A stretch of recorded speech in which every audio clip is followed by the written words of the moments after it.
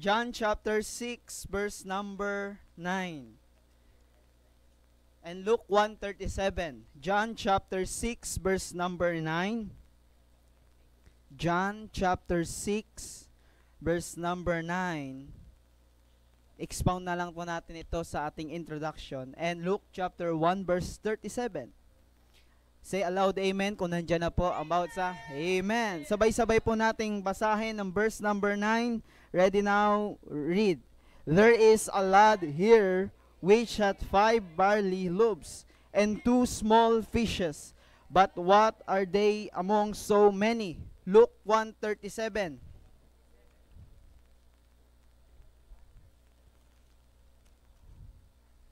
Are you there? Amen? Amen. Luke 1:37, ready now, read. For with God nothing shall be impossible.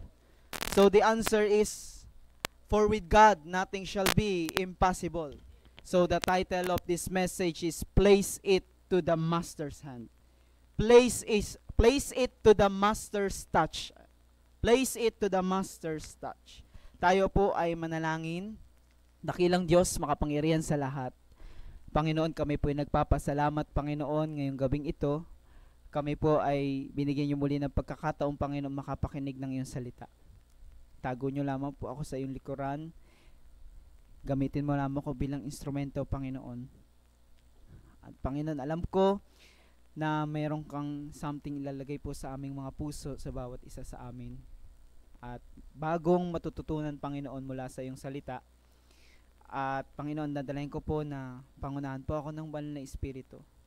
Nawa, hindi po ang aking sariling kaalaman, hindi po, Panginoon, ang aking sariling opinion, pero Panginoon, nawa, ang wisdom na galing sa iyo ay yan po ang manguna ngayong gabing ito.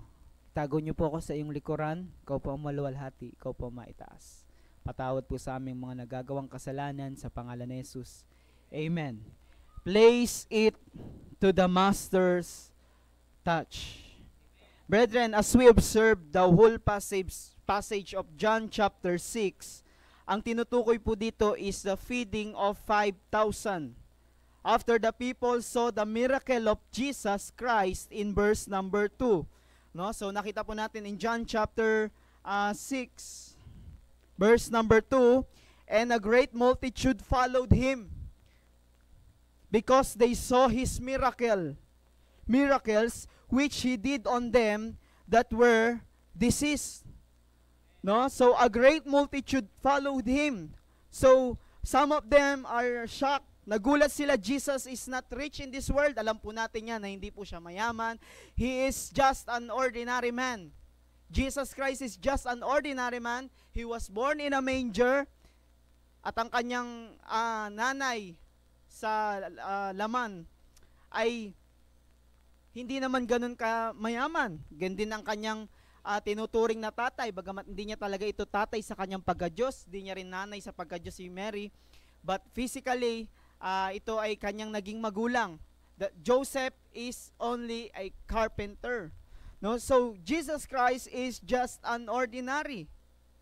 But, there is something that extraordinary na nasa kanya. Amen? A great multitude followed him. Nagulat sila. No, he was born in a manger because something to that ordinary man, merong extraordinary sa kanya. When other people look upon Jesus is just an ordinary, but there's something extraordinary within him. Hindi naman siya yung tipo ng pinanganak na meron na ang lahat. Hindi siya yung tipo na nasa kanya na ang lahat. No? So, gusto lang po natin makita, bakit sinusunod ng mga tao itong Jesus Christ na ito? Na siya'y simpleng ordinary lamang siya na tao, pero siya ay merong extraordinary sa kanyang pagka-Diyos, because we believe that meron siyang dalawang nature. Siya ay nagkatawang tao, at the same time, siya din ay Diyos. He is an ordinary man, but he is extraordinary because of his godliness. Amen? Do we believe that? Kaya nga po ito yung sinasabi ng Biblia, merong something kay Jesus Christ kaya sila sumusunod. Multitudes of people are following Jesus Christ. Kahit saan siya magpunta dahil marami nang pinagaling ang Panginoong Hesus, kaya sinusundan nila ito kung saan man siya magpunta. No? And we know it is because He is our God, He is our Savior. That's why people were so amazed on what Christ can do. Na-amaze sila sa kung ano yung ginagawa ng Panginoon. And then one time, He lifted up His eyes. No? In verse number 5, nakikita mo na in John chapter 6, verse number 5, when Jesus lifted up His eyes and saw a great company come unto Him, He said unto Philip, whence we buy bread that this may be it. Jesus lifted up His eyes. Tinignan ni Jesus Christ yung kanyang paningin. Great multitude. Then, tinanong niya si Philip, Philip, saan ka bibili? Saan tayo bibili ng pagkain? In verse number 5, sabi diyan, whence shall we buy bread that this may eat?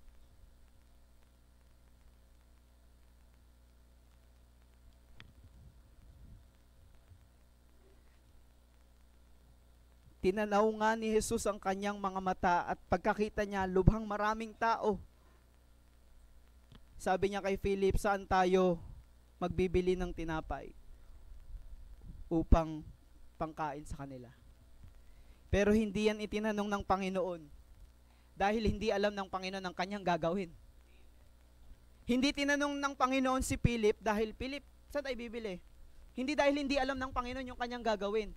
Ano sabi ng verse number 6? Sabi ng verse number 6, and this He said to prove Him. Sinubukan niya si Philip to prove Him, for He Himself knew what He would do. Dahil si Kristo, alam niya na yung gagawin niya sa sarili niya. Kung paano niya gagawan ng maraming pagkain itong mga tao na ito kahit wala silang source. Kung tayo si Philip at nandun tayo sa senaryo na marami ng tao. Kanina we have 90 plus first time guests. On our first Sunday we have 51 first time guests. On next Sunday 91, kanina 99. A huge of people. Then kung sa panahon tayo ni Jesus Christ, 5,000 men, lalaki pa lang.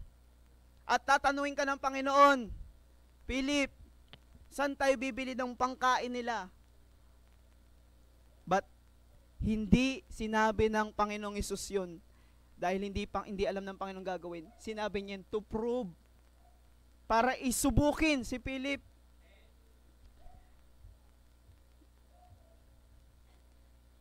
He's just an ordinary, but can do extraordinary things. Wow, ang daming tao, 5,000 people. But God make a challenge. He said in verse number 5, di ba po? Saan tayo bibili ng kanilang pagkain? May sagot si Philip sa verse number 7. Sabi ni Philip, sumagot siya, sabi niya, Philip answered him, 200 penny worth of bread is not sufficient for them, that every one of them may take a little. Sumagot si Philip, sabi niya, hindi magkakasya sa kanila ang 200 denaryong tinapay upang makakain ng kaunti ang bawat isa. Ang sagot ni Philip, hindi solusyon. Another problem na naman. Sabi ni Philip, hindi pa rin kasya, Panginoon, kahit. Tinanong siya ng Panginoon, verse number 6, Philip, saan tayo bibili? May sagot si Philip, hindi pa rin kasya, Panginoon. Limitado yung kaisipan ng tao. But one of his disciples, in verse number 8, one of his disciples, Andrew, Simon Peter's brother, said unto him, there is a lad here. Another ordinary. Sabi ng Bible in verse number 9, may isang batang lalaki dito. Pwede ba kitang makuha, Aaron? Sige, dito ka nga. Sabi ngayon lang ako mag-i-illustrate. sabi ni Andrew sa Panginoong Hesus, may bata dito. Batang lalaki. Bago pa siya pumunta dito, kumain na siya. Pero wala ko yun sa Bible, sarili lang. Ayan. Verse number 9. Ay, hindi ba tayo tapos? Merong batang lalaki dito. Panginoong Hesus, meron siyang dalang 5 tinapay at 2 isda. Wala akong example, pero kunyari, yan, 5 tinapay at 2 isda. Yan, number 1 point, the ordinary boy. Isa lang siyang ordinaryong bata na may baon na, siguro kung hindi ordinaryong bata ito, ang baon nito hotdog, 5 hotdog at 5 sandwich na meron pang corned beef at meron pang egg, may sandwich, may french fries, burger steak. Burger steak ang baon nito. Panginoon, meron siyang burger steak na dala galing sa anniversary kanina. Pero hindi ganun. He is just an ordinary boy. Bakit? Ang baon niya, 5 tinapay at 2 isda. Makaupo ka, Brother Aaron. He is just an ordinary boy. Number 1, the ordinary boy founded. Kaya nga hindi natin pwedeng i-underestimate kung ano yung estado ng tao na yan. An ordinary boy can be an extraordinary with the power of God. Amen. Nakita lamang ni Andrew ito, mga kapatid, what if tayo ang makakita ng ordinary boy na ito? Siguro hindi na natin sasabihin sa Panginoon. Kasi makita pa lang natin, alam na natin hindi sasapat, ba't mo pa sasabihin sa Panginoon? Uy, may ano tong bata na to, may 2 isda at 5 tinapay. May hindi kasya yan. Uy, meron hindi kasya yan. Kaya, as long as nagiging negative yung isip natin, nalilimitahan yung power ng Panginoon. Pero dahil ginamit ng Diyos yung ordinary, naging extraordinary. No? Kaya nga, hindi tayong pwedeng umasa sa sarili nating kaalaman. Kailangan nating sabihin ito sa Panginoon. Panginoon, ito na lang yung amin sa anniversary. Meron pa kaming last Sunday na gaganapin for anniversary. Napagtagumpayan, sabi ng Panginoon, napagtagumpayan na natin yung first, second, and third Sunday. Last Sunday na lang. Panginoon ang gagawa. Amen? Kaya pwede niyang gamitin ang ordinary boy. God can use an ordinary people to perform an extraordinary thing. Kaya kung iyan ang iniisip natin na mahina lang ako, wala naman akong mai-contribute na malaki diyan, mababa ang tingin natin. Kaya nga, mababa lang ang tingin ko sa sarili ko. No, brethren, because God uses ordinary people just like me and you to perform His great miracle. Ano lang ang kailangan natin gawin? Make ourselves available. Itong bata na ito, hindi siya nagreklamo kung anong level ng edad niya. Teka, bata lang ako, tsaka ito lang yung dala ko. Ang dala ko lang ay 2 isda at 5 tinapay. Kinakanta yan ng mga bata, di ba? 5 tinapay at 2 isda, 5 tinapay at 2 isda, 5 tinapay at 2 isda. Anong sabi doon? Pinarami siya ng Diyos. Because of this ordinary boy, because of this ordinary boy's availability. Hindi siya nagreklamo kung anong level ng kanyang edad, kung anong estado ng pamumuhay niya. Ang ginawa niya lang, he just make himself available. Ano lang yung available? Sige. As long as you are available. He just make himself available. Tayo rin mga Kristiyano. This anniversary will not be victorious without our availability. That's why, salamat sa Panginoon, if naging part tayo ng anniversary nito, yes, maybe you are an ordinary, but God can use your life for an extraordinary. Hindi tinitingnan ng Diyos yung level ng lakas na ibinigay mo. Ang tinitingnan niya, gaano na lang yung lakas na natira sa'yo. Sabi dito, make yourself available and do not complain. This ordinary boy did not complain. Pinresent agad siya ni Andrew eh. Parang ang inosente pa yung bata eh. Parang kanina, tinawag agad ni Andrew. Eto, Panginoon, meron siyang 5 tinapay at 2 isda. Siguro na-shock yung bata. Anong gagawin?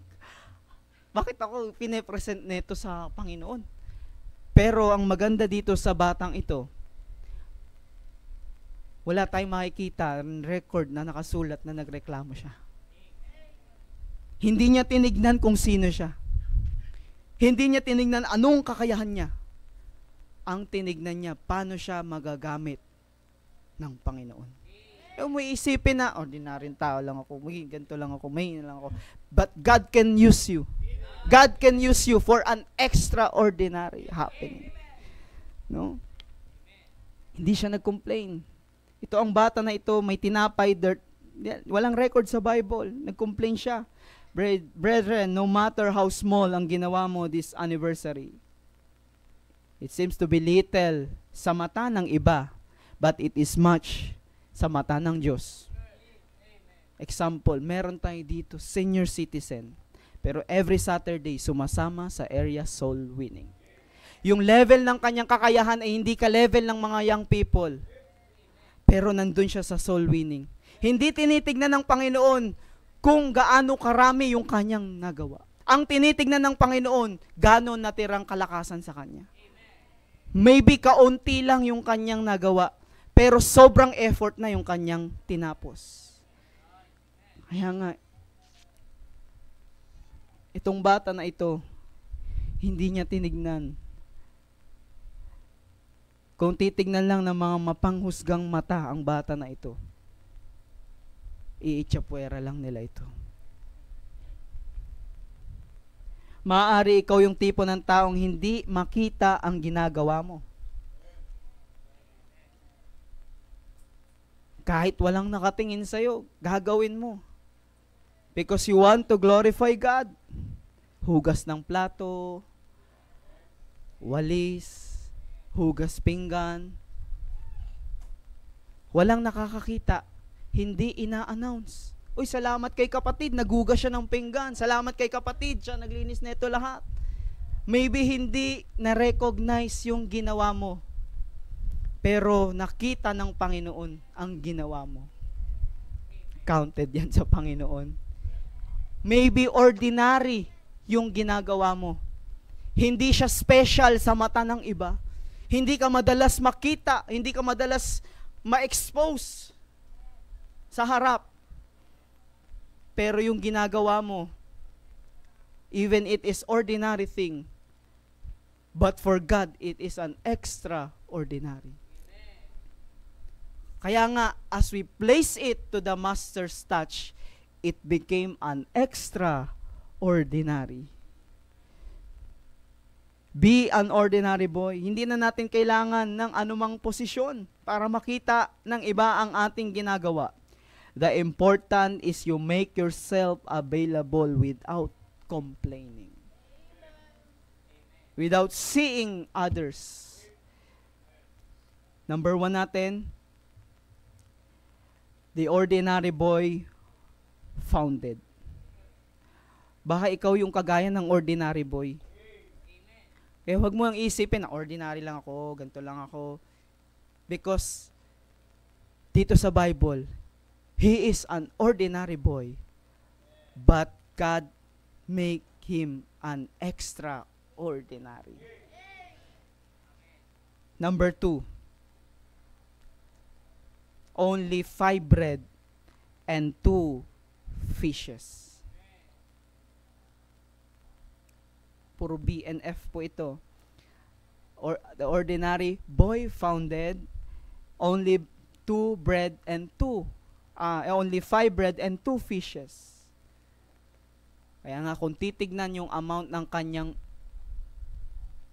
ibibigay sa Panginoon, 5 bread, 2 fishes. Kita nyo yung record ng ating anniversary record.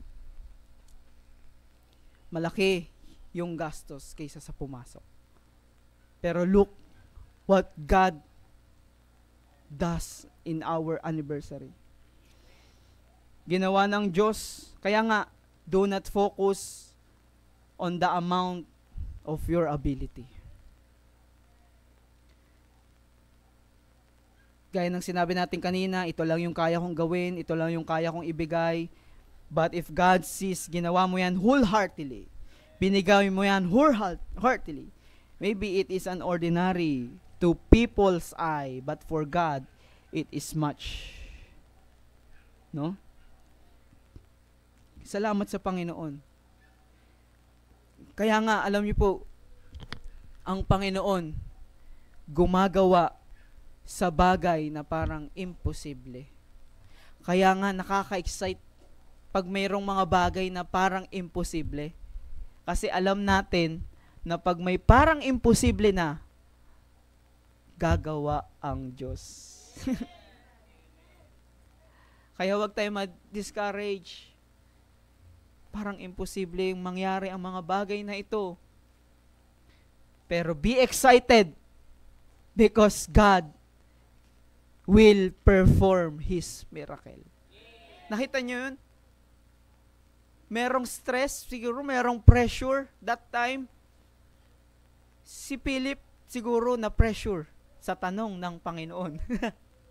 Tanungin ka ba naman ng Panginoon, saan ka bibili, Philip, ng pangkain dito? 5,000 yan lahat. May idea si Philip, kaso mali pa ng sagot. Hindi pa rin naging solution. Kaya do not focus on what huge amount you gave.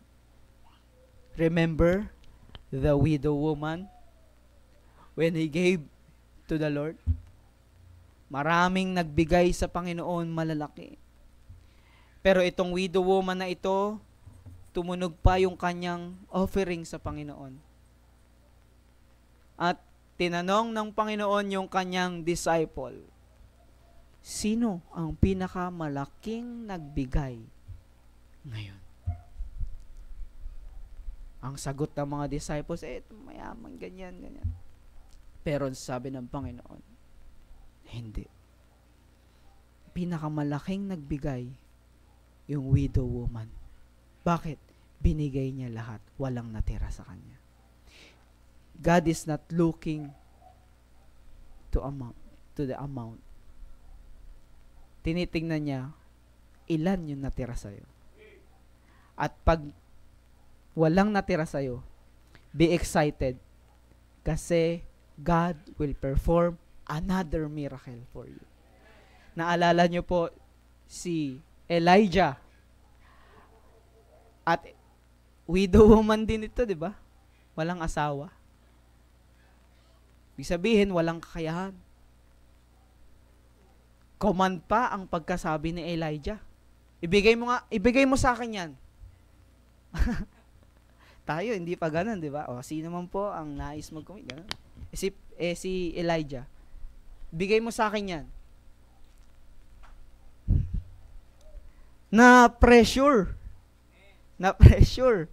yung widow woman. Pag binigay ko to sa'yo, wala na kami makakain. Pero alam nyo, binigay niya pa rin kay Elijah. After nun, hindi sila nawala ng arena. Nagugulat sila tuwing darating sila, uy, meron na naman. Uy, meron na naman. Overflowing na. Kaya nga, do not focus on the amount. Nakita ng Diyos na siya ang may pinakamalaking binigay, because God is not after the amount, but God is after in your heart. This ordinary boy gave his ordinary thing, his ordinary food without complaint. Ang ginawa niya lang ay sumunod at hinayaan niya na ang Diyos ang mag-decide sa kung ano ang ibinigay niya sa Panginoon. Just like us, brethren, just give what we can give. God is accountable to it. Kung sa Panginoon may bibigay yan,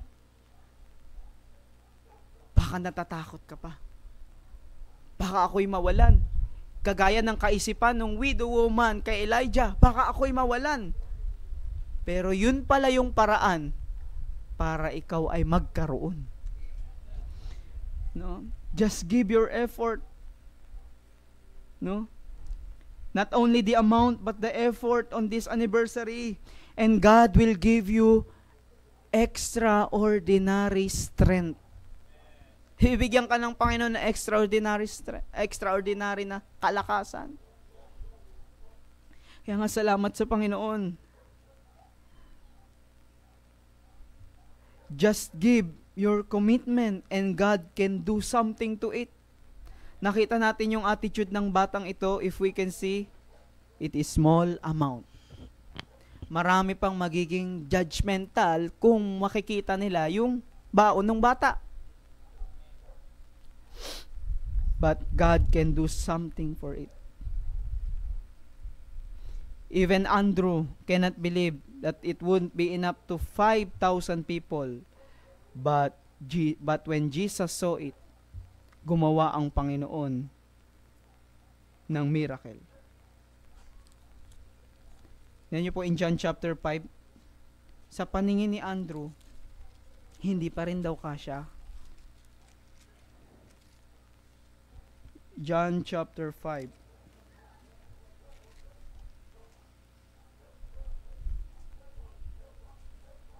Tama po ba? John chapter 6. 6 po pala. There is a lad here. Guys, may isang batang lalaki. Meron siyang 5 tinapay at 2 isda. Pero gaano na ang mga ito? Paano to sa marami, Panginoon? Even Andrew. Nakita ni Andrew, may bata. Pero sa huli, nakita pa rin ni Andrew na, teka lang, paano magkakasya ito?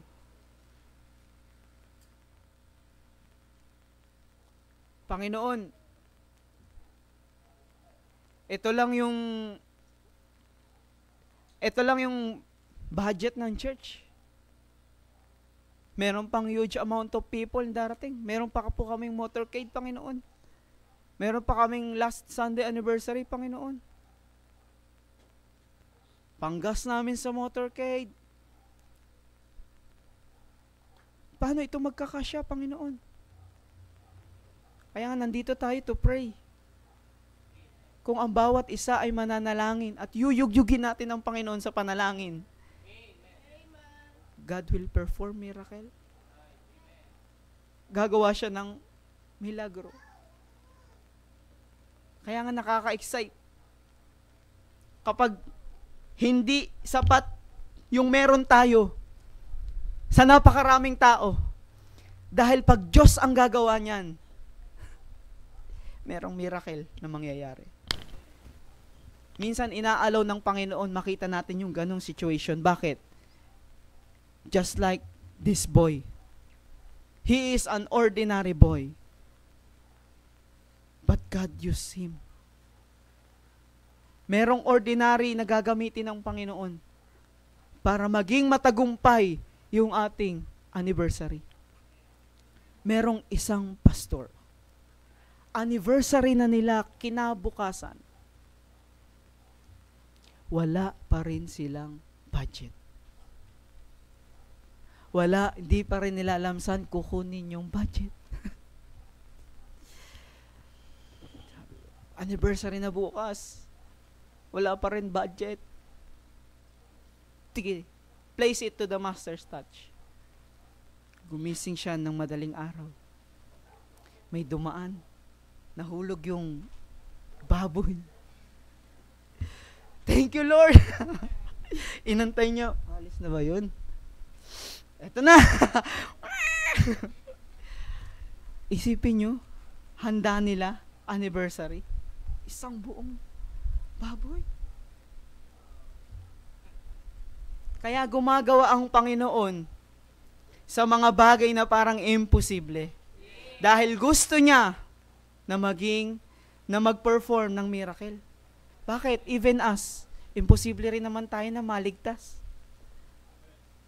Teka lang, titignan ko yung aking sarili. Sino ba ako? Ako lamang ay isang ordinaryong tao na makasalanan sa harapan ng Diyos. Na wala nang nagawang tama sa buhay ko.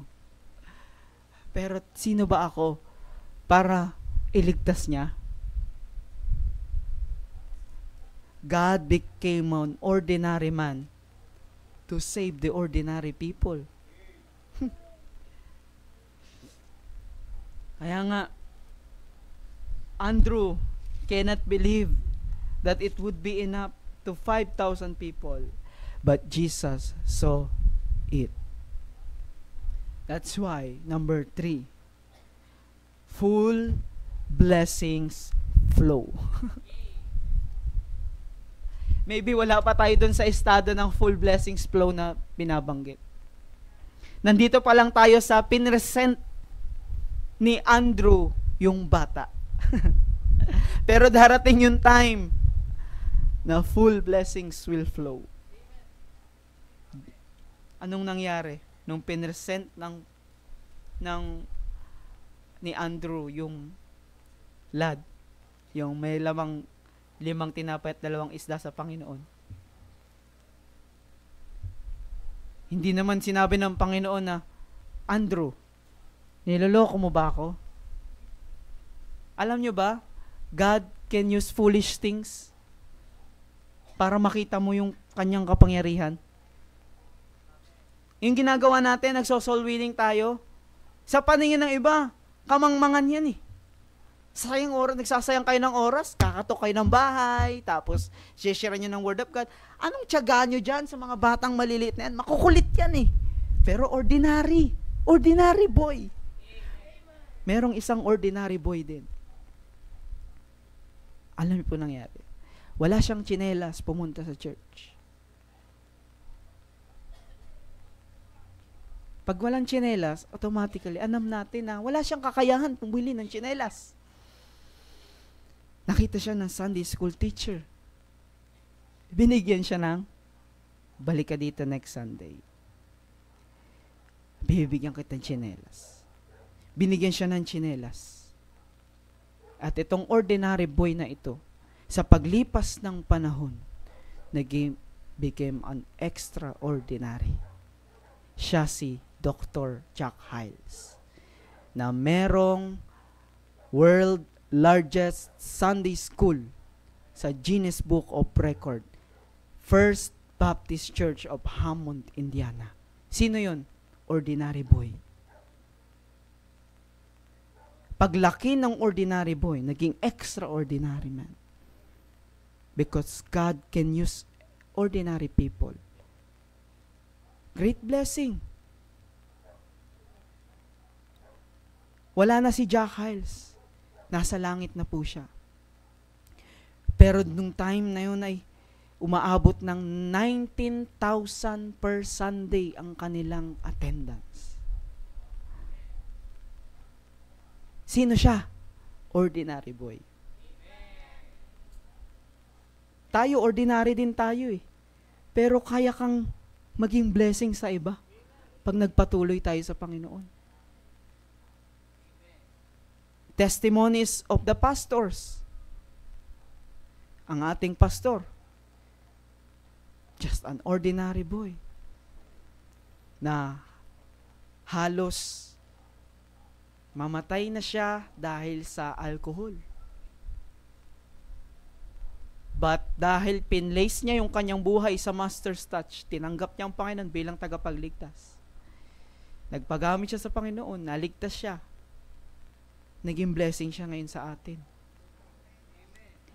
Kaya nga, full blessings will flow if we place it to the master's touch. Just like this little boy. Just like the ordinary boy. With 2 fishes and 5 loaves. But full blessings will flow upon him.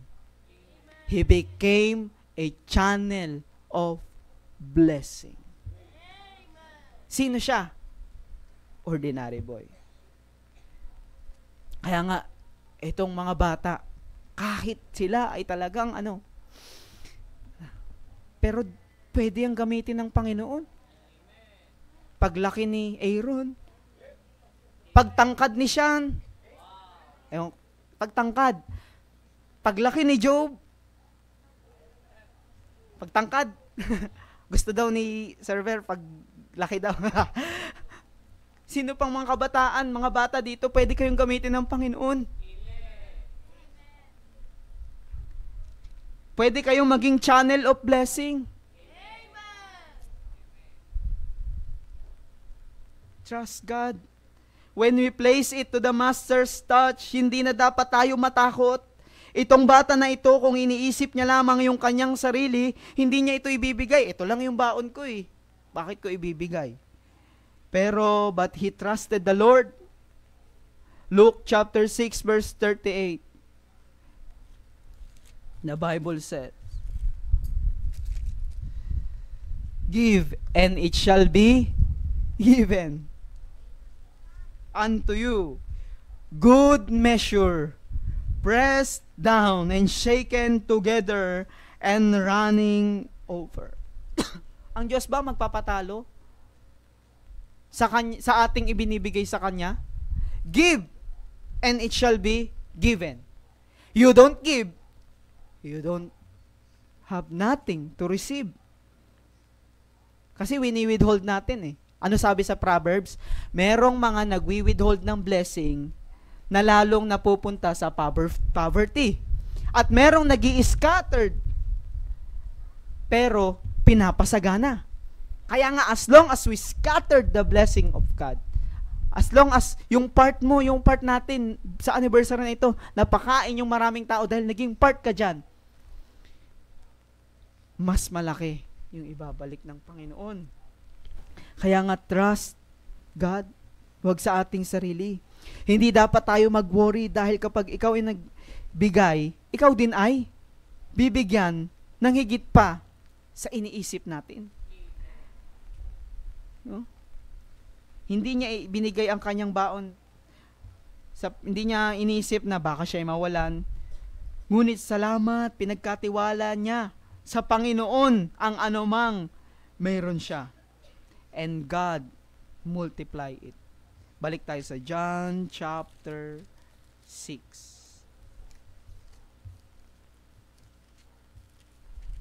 Nakaka-excite po itong mga pangyayari na ito. John chapter 6 simulan natin, verse number 11. And Jesus took the loaves, and when he had given thanks, okay na, kinuha na ng Panginoon, pinagpasalamat niya na sa Panginoon. Hindi nagreklamo ang Panginoon eh, pinagpasalamat niya sa Panginoon eh. Panginoon, ba't ito lang? Hindi, pinagpasalamat niya ito, given thanks. He distributed to the disciples. And the disciples them that were set down, and likewise of the fishes, as much as they would. Lista niyo yung name na yan? As much as they would.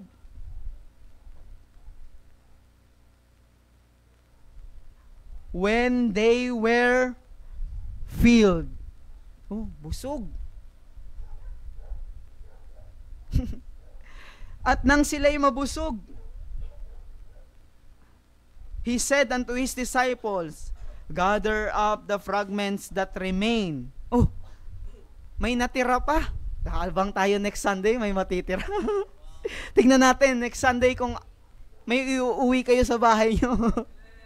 No? Sabi niya, gather up the fragments that remain, that nothing be lost. Oy, ubusin nyo na to. Oy, may pansit pa dito. Ay, sa atin yun Nun kasi tinapay yung time na yun Gulat tayo, nagkaroon ng pansit dun.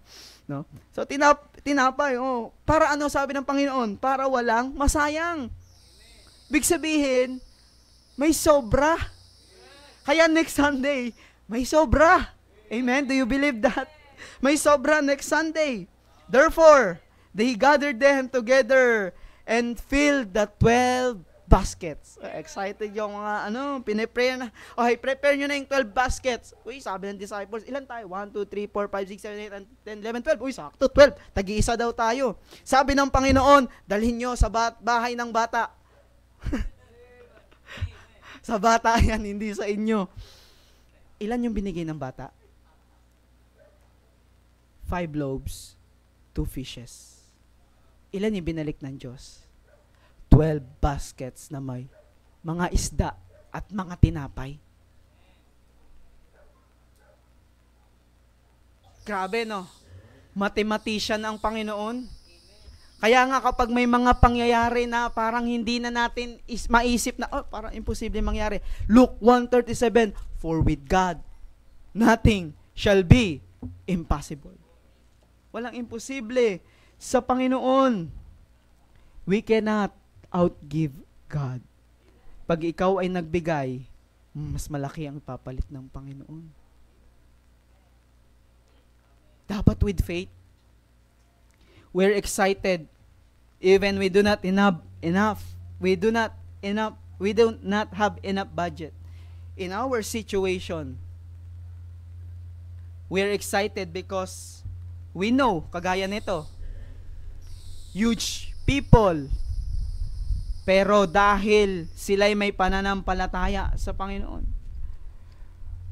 God will perform His great miracle. Ito, abangan natin mga kapatid. Anong milagro ang gagawin ng Diyos sa mga susunod pang pangyayari sa ating church? Ito, an ordinary building. But,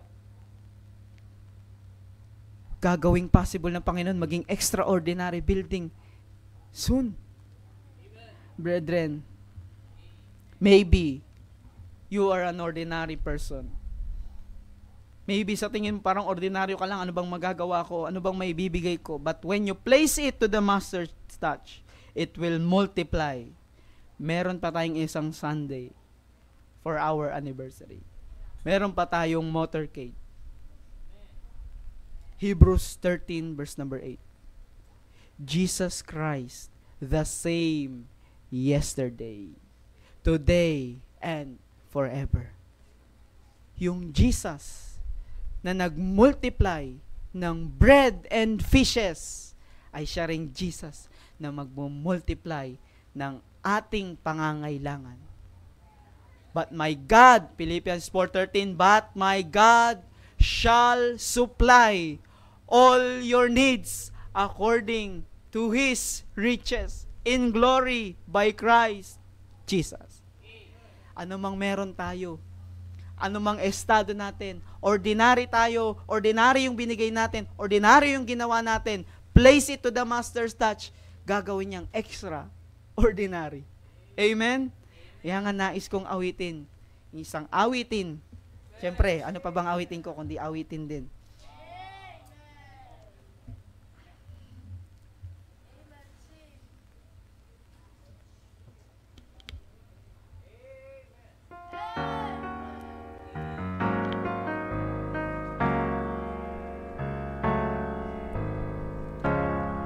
Just ordinary people, God uses ordinary people.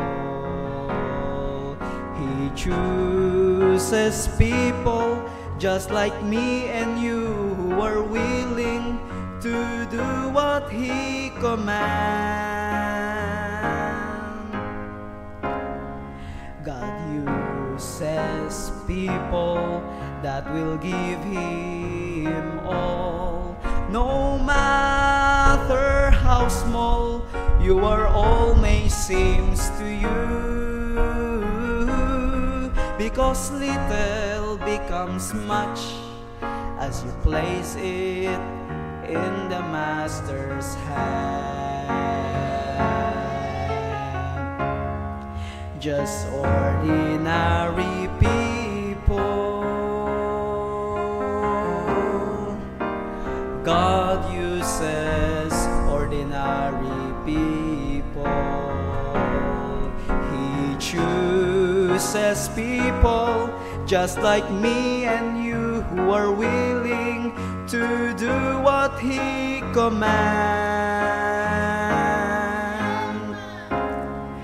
God uses people that will give Him all, no matter how small your all may seems to you,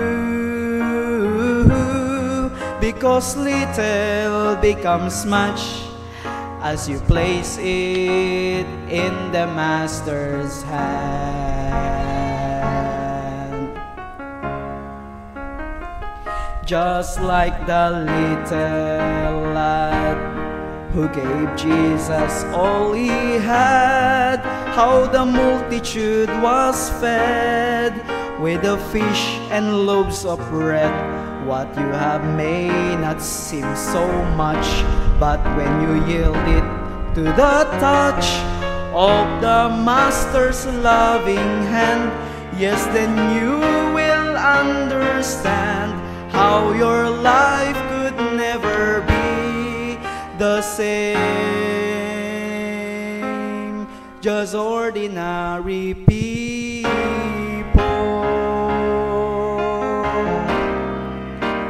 God uses ordinary people.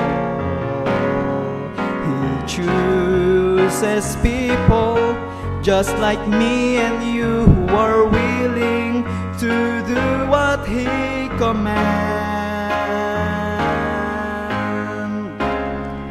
God uses people that will give Him all, no matter how small all may yours seems to you, because little becomes much as you place it in the Master's hand.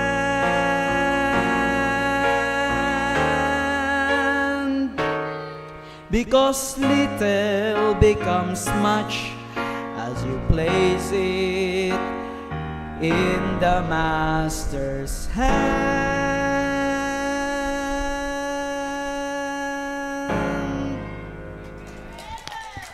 Dakilang Diyos, makapangyarihan sa lahat, Panginoon, maraming salamat. We know that we are an ordinary, but by your grace, we became an extraordinary because of your blood. We are not deserved of heaven, but praise God, dahil sa iyong dugo, kami naging pwede na sa langit, Panginoon. Lord, ito po kami, Panginoon, nagiging united through prayers, O God. Maybe sa paningin namin, parang imposible. Pero ginawa mo na ito noon. Ginawa mo na ito noon, Panginoon. Alam ko gagawin mo ito during our time. You will multiply and multiply because you will supply all our needs according to your riches in glory by Christ Jesus. Salamat sa mensahe, Panginoon. Patawarin niyo po kami sa aming mga nagagawang kasalanan. Sa pangalan ni Jesus. Amen. Praise the Lord. Amen. What a great message. God uses ordinary people. Amen. Only few bread pero pwedeng gamitin ng Panginoon. Amen. Maging ang Panginoong Kristo. Amen. He was an ordinary family. He came from ordinary family. Amen. His father is carpenter. Amen. Pero ginamit siya ng Panginoon. Amen. Kaya salamat sa Panginoon. Amen. What a great message tonight. Amen. Pwede tayo gamitin ng Diyos. Amen. Kaya don't underestimate ourselves. God uses ordinary people if we place it in the master's touch. Amen. Pag ibigay mo talaga sa Panginoon, ano? God will perform miracle. Pag ibigay mo ang buhay mo sa Panginoon, ordinary people ka, place it to the master's hand. Ibigay mo lang yan sa kamay ng Diyos. Yung tinapay, binigay ng Diyos sa kamay ng Panginoon. At ang Diyos nag-perform, no, sa buhay ng bata. Alam mo, ang bata, nakasulat. Amen. Walang pangalan ng bata, hindi natin alam kung sino ang parent noon. Pero alam natin, kapatid, no, na ginamit ng Diyos ang bata. Pwede ikaw rin yan na pwedeng gamitin ng Panginoon. Pastor, wala akong ordinaryo lang akong miyembro, ordinaryo akong tao. Hindi naman ako mayaman. Amen. Makita natin yung batang ito. Amen. Ordinaryong bata lang po ito. Pero ginamit ng Diyos at sinulat ng Diyos ang kanyang kasaysayan, patotoo na ginamit siya ng Panginoon. Amen. Kaya sige, salamat sa Panginoon. What a great message. We come now to our invitation. Tayo po ay yumuko habang tinutugtog ang awit